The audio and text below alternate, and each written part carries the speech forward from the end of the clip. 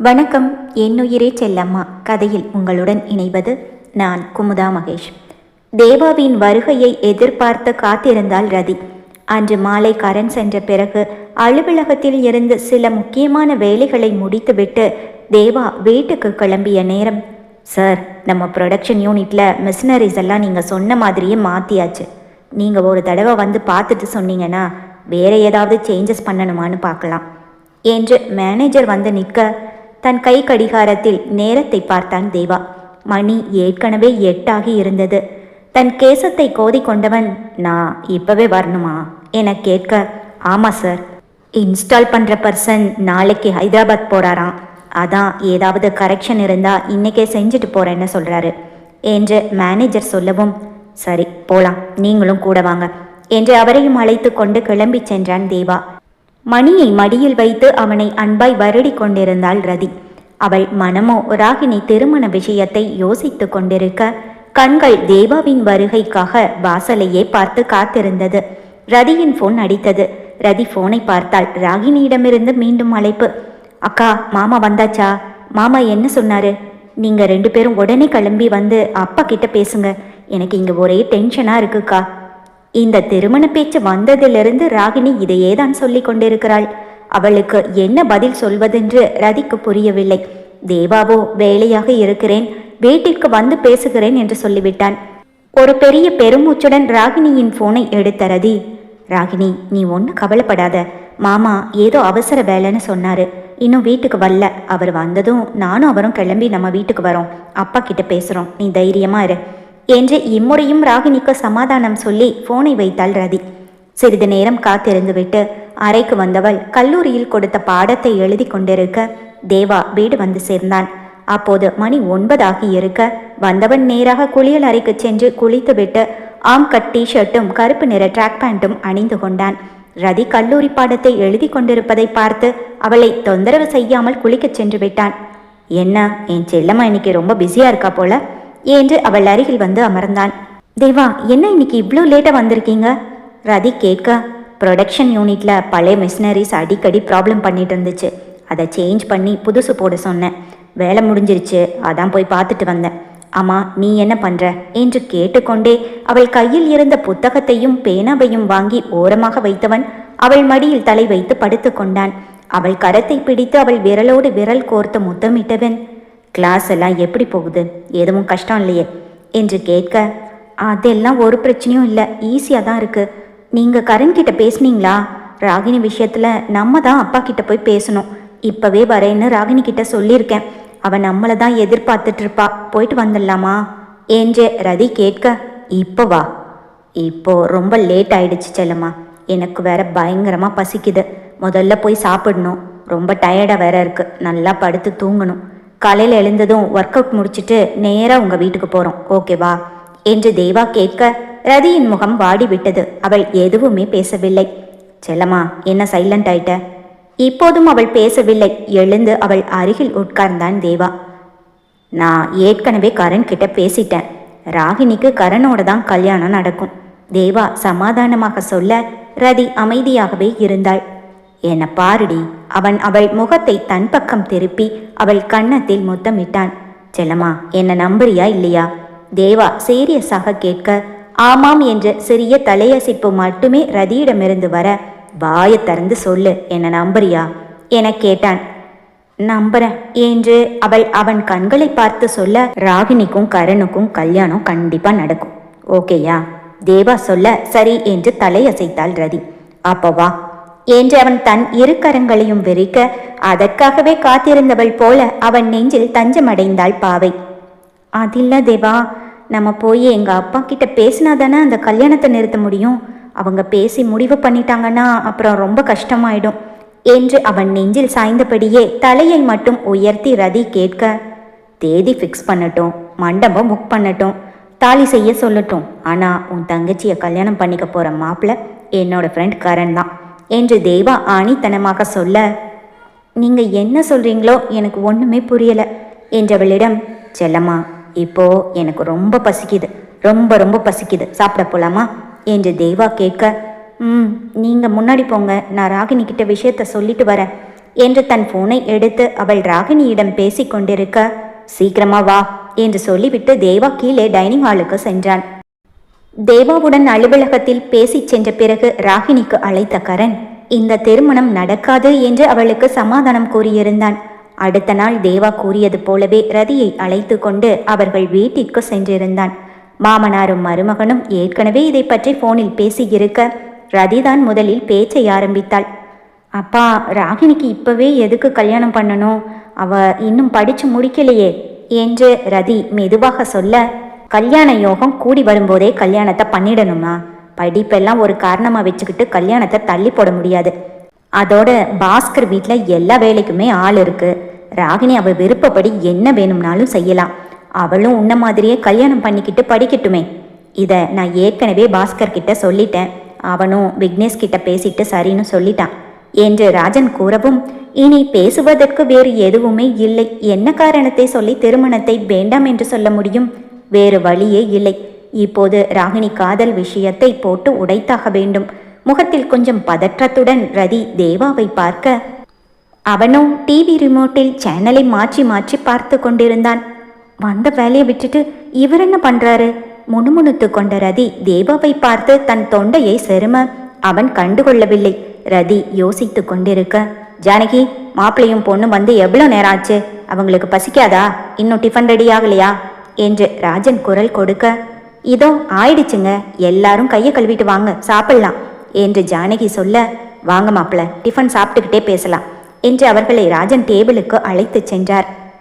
பேசுங்க என்று ரதி தேவாவிடம் கண்ணை காட்ட, பேசுறேன் என்று அவளுக்கு சைகை செய்தவன், அங்கிள் ஒரு விஷயம், அது என்றவன், என்ன டிஃபன்? பணியாரம் இருக்குல்ல என்று கேட்க, இருக்கு மாப்பிள்ள, எல்லாமே உங்களுக்கு பிடிச்ச டிஃபன் தான் என்று ராஜன் சிரிக்க, பணியாரத்தை தேவா ரசித்து ருசித்து சாப்பிட்டு கொண்டே, ஆண்டி பணியாரம் சூப்பர் என்றான். அவன் தொடையில் கிள்ளினாள் ரதி. ஆ என்று கத்தியவன், ஏய் செல்லம்மா, எதுக்கு இப்ப கிள்ற சத்தமாக கேட்க, உடன் சாப்பிட அமர்ந்திருந்த ரஞ்சித், ராகினி, ராஜன் மூவரும் ரதியை பார்க்க, ஓ ஒன்னும் இல்ல, தெரியாம கைப்பட்டுடுச்சு என்றாள் ரதி அசடு வழிந்து கொண்டு.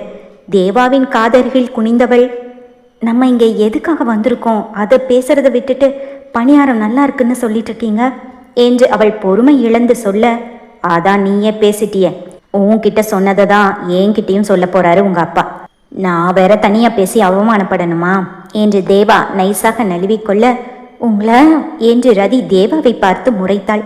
தேவா சாப்பிட்டு முடித்து விட்டு பின்னால் இருக்கும் கை கழுவும் இடத்திற்கு செல்ல, சரியாக சாப்பிடாமலேயே ரதியும் அவன் பின்னாலேயே எழுந்து கொள்ள, என்னம்மா பாதியிலேயே எழுந்து போற என்று ராஜன் அழைத்தார். அப்பா எனக்கு போதும் என்று சொல்லிக்கொண்டே தேவாவின் பின்னால் ஓடி வந்தாள் ரதி. அப்பா வேற பிடிவாதமா இருக்காரு, இப்ப என்னங்க பண்றது என்று அவள் கேட்க, கை கழுவி விட்டு அவள் சேலை முந்தானையில் தன் கையை துடைத்தவன், வேற வழியே இல்லை, நான் உன்னை கடத்திட்டு போய் தாலி கட்டின மாதிரி கரனும் ராகினியை கடத்திட்டு போய் தான் தாலி கட்டணும் என்று தேவா சிரித்து கொண்டே சொல்ல, நான் எவ்வளவு சீரியஸா இருக்கேன், உங்களுக்கு விளையாட்ட போச்சா என்று அவன் மேல் சீறினாள் ரதி. ஏய், இது காமெடி இல்லம்மா, உண்மையாதான் சொல்றேன். உங்க அப்பா அவரோட முடிவை மாத்திக்கிற மாதிரி தெரியல. அப்போ நம்ம இப்படிதான் செஞ்சாகணும்.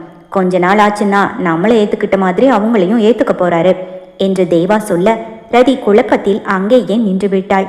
இப்போது அவர்கள் இருவரையும் தேடிக்கொண்டு சாப்பாட்டை பாதியிலேயே வைத்துவிட்டு ராகினியும் அவ்விடம் வந்து சேர, சரி நீங்க 2 பேரும் பேசிட்டுருங்க, நான் வரேன் என்று தேவா அங்கிருந்து ஓடியே விட்டான். என்னக்கா இது, மாமா அப்பா கிட்ட எதுவுமே பேச மாட்டேங்கிறாரு. நான் என்னவோ அப்பா கரனை கல்யாணம் பண்ணிக்க சம்மதிக்கலைன்னா மாமா அப்பாவை உருட்டி மிரட்டி சம்மதிக்க வைப்பாரு. இங்க பெரிய மாசீன் நடக்க போகுதுன்னு நினைச்சேன்.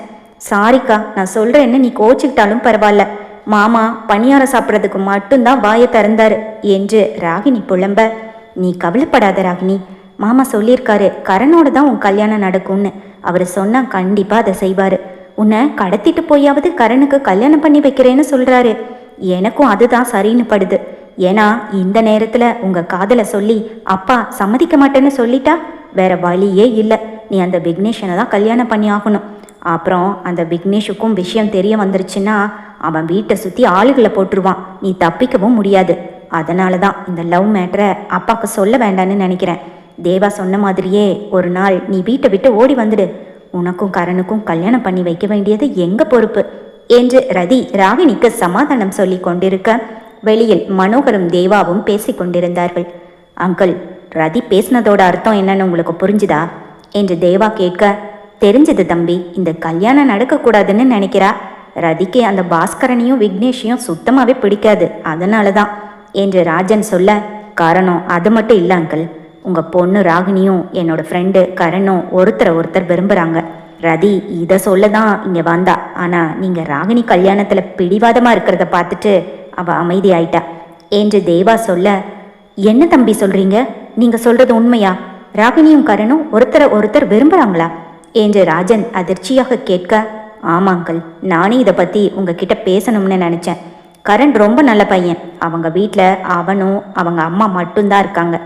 நீங்கள் விக்னேஷுக்கும் ராகினிக்கும் கல்யாணத்துக்காக குறித்த அதே முகூர்த்தத்தில் கரண் ராகினி கல்யாணத்தை பண்ணி வச்சிடலாம். அதோட பாஸ்கர் முகத்தரையும் கழிச்சிடலாம் என்று தேவா அவனுடைய யோசனையை சொல்ல, சரி தம்பி, நீங்கள் சொன்னால் சரியாக தான் இருக்கும் என்று ராஜன் தேவாவின் யோசனைக்கு சம்மதம் தெரிவித்தார். ராகினி, இன்னைக்கு சாயங்காலம் சீக்கிரமாக காலேஜில் இருந்து வந்துடு. லீவு போடுன்னு சொன்னால் கேட்க மாட்டேங்கிற. நீ இன்னைக்கு உன்னோட வண்டியில் போக வேண்டாம், ரஞ்சித்தை கூட்டிகிட்டு போய் விட சொல்கிறேன். சாயங்காலமும் ரஞ்சித்தே வந்து உன்னை கூட்டிகிட்டு வந்துடுவான் என்று ராகினியின் கையில் டிஃபன் பாக்ஸை கொடுத்து கொண்டே ஜானகி சொல்ல, ராகினி பதிலே சொல்லாமல் ஜானகியை ஒரு பார்வை மட்டும் பார்த்துவிட்டு பாக்ஸை வாங்கி பையில் வைத்து கொண்டு கிளம்பினாள். நீங்கள் என்ன வேணும்னாலும் பண்ணுங்க, ஆனால் என்னோட கல்யாணம் கரனோடு தான் நடக்க போகுது என்பதுதான் அவள் பார்வையின் அர்த்தமாக இருந்தது. ராகினியின் பெண் பார்க்கும் படலத்திற்கு தேவாவும் ரதியும் கிளம்பி கொண்டிருந்தார்கள். ரதி ஏனோ தானோ என்று ஏதோ ஒரு புடவையை உடுத்தி இருக்க, செல்லம்மா, நீ என்ன இவ்வளவு சிம்பிளாக ட்ரெஸ் பண்ணியிருக்க? இந்த தேவா பொண்டாட்டி இப்படியா சிம்பிளாக இருக்கிறது? நல்லா காஸ்ட்லியான புடவையை கட்டு என்று தேவா ரதியிடம் சொல்ல, போதும் நீங்கள் வேணும்னா நல்லா ட்ரெஸ் பண்ணிக்கோங்க. எனக்கு இந்த ஃபங்க்ஷனுக்கு போகவே பிடிக்கல. ராகினி முகத்தை எப்படி பார்க்கறது? அவள் ரொம்ப வருத்தப்படுவா என்று ரதி சோகமாக சொல்ல, கரண் இந்த ஃபங்க்ஷனுக்கு வந்தா ராகினி சந்தோஷப்படுவாள்ல என கேட்டான் தேவா. அவனை வெளிவெறித்து பார்த்த ரதி, என்ன பேசுறீங்க? தெரிஞ்சுதான் பேசுறீங்களா? விக்னேஷ் ராகினிய பொண்ணு பார்க்க வரும்போது கரண் அங்கே எப்படி வருவாரு? ராகினிக்கும் கஷ்டம், கரனுக்கும் கஷ்டம், வேண்டாம் என்று ரதி சொல்ல, விக்னேஷ் ஒரு பக்கம் பொண்ணு பார்க்கட்டும், கரண் ஒரு பக்கம் பொண்ணு பார்க்கட்டும் என்று தேவா சர்வ சாதாரணமாக சொல்ல, அவனை அதிர்ந்து பார்த்த ரதி, நீங்க ரொம்ப ஈஸியா சொல்லிட்டீங்க, ஆனா கரண் கண்டிப்பா வரமாட்டாரு என்றாள் ரதி. நான் கூப்பிட்டா கரண் கண்டிப்பா வருவான் என்றான் தேவா. கரனுக்கு அழைத்து போனை ஸ்பீக்கரில் போட்டான் தேவா. கரண், ராகினியை பொண்ணு பார்க்க விக்னேஷ் வீட்டிலேருந்து வராங்க, நாங்கள் கிளம்பிட்டு இருக்கோம், நீயும் எங்களோட ஜாயின் பண்ணிக்கோ என்று தேவா சொல்ல, சரி தேவா, நீங்கள் கிளம்பும்போது அப்படியே என்னையும் வந்து பிக்கப் பண்ணிக்கோங்க என்றான் கரண் சிறிதும் யோசிக்காமல். கரனுடன் பேசி முடித்து ஃபோனை ஆஃப் செய்துவிட்டு, எப்படி என்று கண்ணடித்தான் தேவா. என்னதான் நடக்குது? எனக்கு ஒன்றுமே புரியல. ஒருவேளை இன்னைக்கே ராகினியை கடத்த பிளான் போட்டிருக்கீங்களா என்று ரதி ஆர்வமாக கேட்க, இல்லை, இன்னைக்கு பொண்ணு பார்க்குற ஃபங்க்ஷன் தான். உங்கள் வீட்டை பொறுத்த வரைக்கும் விக்னேஷ்க்கும் ராகினிக்கும் பொண்ணு பார்க்குற ஃபங்க்ஷன், ஆனால் என்னை பொறுத்த வரைக்கும் கரனுக்கும் ராகினிக்கும் நடக்கிற ஃபங்க்ஷன் என்று தேவா சொல்ல, கரனும் ராகினியும் எந்த பிரச்சனையும் இல்லாமல் ஒன்று சேர்ந்துருவாங்கல்ல என சந்தேகமாக கேட்டாள் ரதி. அப்போ நீ என்னை நம்பலை அப்படி தானே என்று தேவா கேட்க, கண்டிப்பாக நம்புகிறேன், டைம் ஆகுது, வாங்க சீக்கிரம் கிளம்பலாம் என்று ரதி சொல்ல, ரதியும் தேவாவும் கரனை அழைத்து கொண்டு ராஜன் வீட்டிற்கு சென்றார்கள். அங்கு ஏற்கனவே ராகினியை பெண் பார்க்க பாஸ்கர் குடும்பத்துடன் வந்திருந்தார். தேவாவை பார்த்ததும் லேசான புன்முறுவல் பாஸ்கரிடமிருந்து, அவ்வளவுதான், வேறு எதுவும் அவன் பேசவில்லை. விக்னேஷோ யார் வந்தால் எனக்கு என்ன என்பது போல் யாரையும் கண்டுகொள்ளாமல் தன் போனை பார்த்து கொண்டு உட்கார்ந்திருந்தான். ஏற்கனவே தேவாவிற்கும் விக்னேஷுக்கும் நிறைய தொழில் போட்டிகள் உண்டு. பெரிய பெரிய முக்கியமான தொழில் வாய்ப்புகளை எல்லாம் தேவாவிற்கே கிடைக்கிறது என்ற பொறாமை விக்னேஷுக்கு. உடன் கரண் வேறு அர்ஜுனுடன் இருக்கும் கண்ணனை போல தேவா தீட்டும் திட்டங்களுக்கெல்லாம் ஆலோசனைகள் சொல்லி கொண்டிருக்கிறான் என்ற எரிச்சல். விக்னேஷ் அவர்கள் இருவரையும் திரும்பி பார்த்து முறைத்தான். தேவா, ஒரு நிமிஷம், நான் ஒரு கால் பேசிட்டு வந்துடுறேன் என்று தன் போனை எடுத்துக்கொண்டு வெளியில் சென்ற கரண் பின்பக்க வாசல் வழியாக ராகினியின் அறைக்குள் நுழைந்திருந்தான். கண்களில் நீரோடு சோர்ந்து போய் உட்கார்ந்திருந்தவள் கரனை பார்த்ததும் ஓடி வந்து கட்டி அணைத்து கொண்டாள். கரண், நீங்கள் வருவீங்கன்னு எனக்கு தெரியும், இப்போவே என்னை இங்கேருந்து கூட்டிகிட்டு போயிடுங்க. அந்த விக்னேஷ் எனக்கு பிடிக்கவே இல்லை. அப்பா கிட்ட எவ்வளவோ சொல்லி பார்த்தேன், கேட்கவே மாட்டேங்கிறாரு. எனக்கு அந்த விக்னேஷோட கல்யாணம் நடந்துரும்னு பயமாக இருக்கு. கரனும் ராகினியும் அறையில் ஒருவரை ஒருவர் கட்டி அணைத்து நின்று கொண்டிருந்தார்கள்.